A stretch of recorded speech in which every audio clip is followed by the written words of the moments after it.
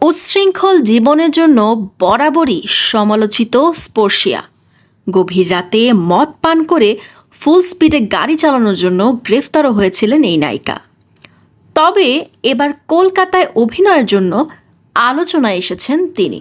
পশ্চিমবঙ্গে নির্মিত হচ্ছে কাজী নজরুল ইসলামকে নিয়ে চলচ্চিত্র। কাজী নজরুল ইসলাম নামে ছবিটি নির্মাণ করছেন আব্দুল আলিম।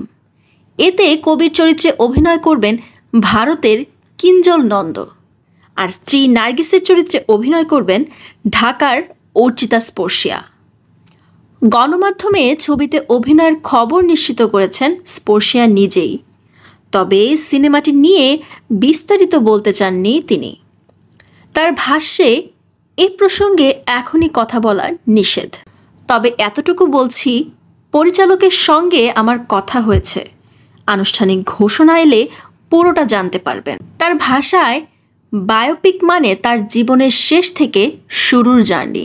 কবির জীবন পড়েছি, নিজেকে ভাগ্যবান মনে হচ্ছে, বাকিটা পরিচালকের হাতে।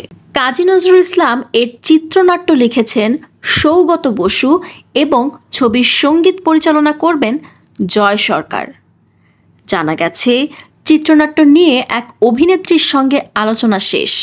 চলতি বছরের শেষে শুরু হবে সিনেমার শুটিং।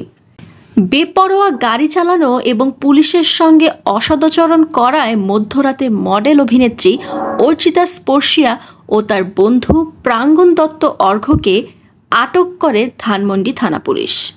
পরে প্রাঙ্গণ মুচলেকা দিলে ছাড়া পান তারা। এই বছরের শুরুর দিকেই বিয়ে করেছেন এই নায়িকা। তার বর সিলেটের ছেলে সৈয়দ রিফাত নাওয়িদ হোসেন।